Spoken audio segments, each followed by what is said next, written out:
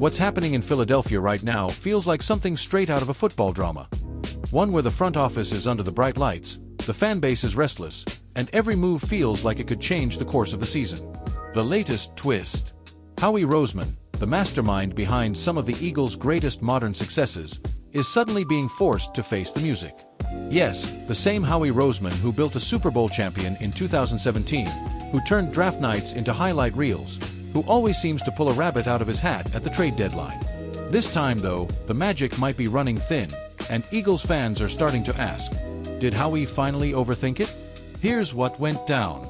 In a pair of surprise moves that sent shockwaves through the Eagles fanbase, Roseman traded for 2 cornerbacks, first snagging Michael Carter II from the New York Jets, and then, in an even more jaw-dropping deal, landing Jaire Alexander from the Baltimore Ravens.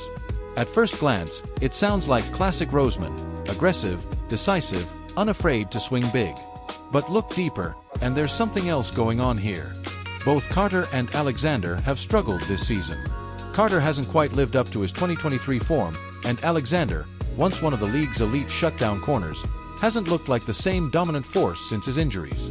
So the real question becomes, is Howie fixing a problem, or just patching leaks? During the offseason, the Eagles made a series of eyebrow-raising decisions in the secondary. Darius Slay, released. James Bradbury, Avonte Maddox, Isaiah Rodgers, all gone. In their place came Adoree Jackson, a veteran with speed but inconsistent play, and Kelee Ringo, the young, talented, but raw second-year corner out of Georgia. The hope was simple. Ringo would develop quickly, Jackson would hold steady, and the Eagles' front seven, one of the best in football, would take enough pressure off the back end to make it work. But as every Eagles fan who's watched a Sunday game this season knows, that plan didn't exactly pan out. The defense has given up big plays, too many of them. Coverage breakdowns, missed assignments, and confusion in the secondary have turned once promising drives into nightmares. The fans at Lincoln Financial Field, a crowd that can spot a coverage mistake from Section 322, have not been quiet about it. And now, Roseman's realizing what might be the hardest truth for any general manager. Sometimes, the problem isn't just the players. Sometimes, it's the decisions that led to them. The city still remembers the days of Brian Dawkins, the emotional leader and hard-hitting safety who embodied what "Fly Eagles Fly" really means. They remember Asante Samuel, Leto Shepard, and the days when opposing quarterbacks feared throwing deep against the Eagles. Fast forward to now, the defense that once struck fear into opponents looks vulnerable. And that's a tough pill to swallow for a team that prides itself on toughness, identity, and heart. So, Roseman's reaction? Do what he does best, make moves. By trading for Jaire Alexander, he's betting that a change of scenery can bring back the fire that made Alexander one of the NFL's most respected corners during his Green Bay days. And Michael Carter II, though not a superstar, brings versatility. He can play nickel, handle zone coverage, and give defensive coordinator Vic Fangio some much-needed flexibility. But, as one anonymous NFC scout reportedly told Inside the Eagles, if you're trading this much for corners mid-season, it's because your Plan A and Plan B already failed. And that's where we are. Roseman's juggling a crowded cornerback room, with Adoree Jackson, Kelee Ringo, Jaire Alexander, Michael Carter II, and Jacorian Bennett, and now has to decide who stays and who goes. Will he move the veteran Jackson, who hasn't lived up to expectations? Or will he take the tougher route and trade Ringo, a player with untapped potential but who's yet to prove he can handle NFL speed consistently? It's a dilemma that goes beyond roster management. It's about identity. What kind of team the Eagles want to be? If they're in win-now mode, experience matters. If they're building toward a sustainable contender, you develop the young guys. Right now, it feels like Roseman's trying to do both, and the cracks are starting to show. Back in 2017, when the Eagles won their first-ever Super Bowl, the defense was a fortress.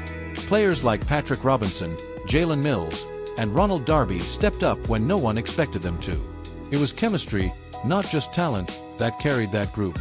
Today's unit? It feels more like a revolving door.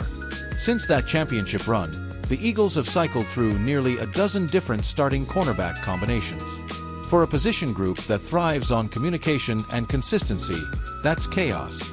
Even great defensive linemen like Jalen Carter, Jordan Davis, and Haason Reddick can't save you if the coverage collapses.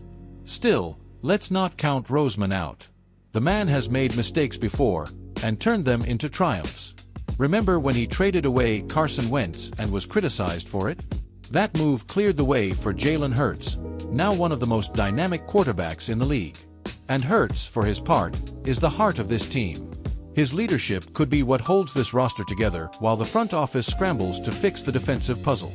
If the new-look secondary can just find some rhythm, this Eagles team still has everything it needs to make a deep playoff push. A top-tier offensive line led by Jason Kelce, weapons like A.J. Brown and Devonta Smith, and a quarterback who refuses to quit. But it all starts with the defense.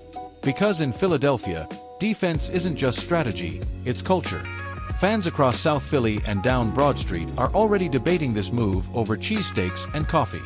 Some are hopeful. If anyone can make this work, it's Howie, they say. Others are skeptical. Man, he should have just kept Slay. Even former Eagles safety Brian Dawkins weighed in on local radio, saying, "The cornerback position is about trust between players, and trust in the front office. If the locker room believes in the direction, they'll rally. If Jair Alexander can rediscover his Pro Bowl form, if Michael Carter II can bring stability in the slot, and if the coaching staff can get these new faces in sync fast, then the narrative shifts." Suddenly, this becomes another Howie Roseman redemption story, the man who corrected his own mistakes before it was too late. But if not, this could go down as one of the rare times where Roseman's boldness backfired, a lesson in how even the smartest GMs can overplay their hand. Either way, one thing's for sure, Philadelphia will be watching. Because when you wear midnight green, when you play under those Lincoln Financial field lights, when that crowd belts out, "Fly Eagles fly," there's no hiding. The season's far from over, and if there's one thing we've learned about this city, it's that they never stop believing or holding their team accountable. So, buckle up, Eagles fans. The secondary's been shaken up, the stakes are high, and the next few games might just define Howie Roseman's legacy. Because in Philly, it's not just about winning, it's about how you win.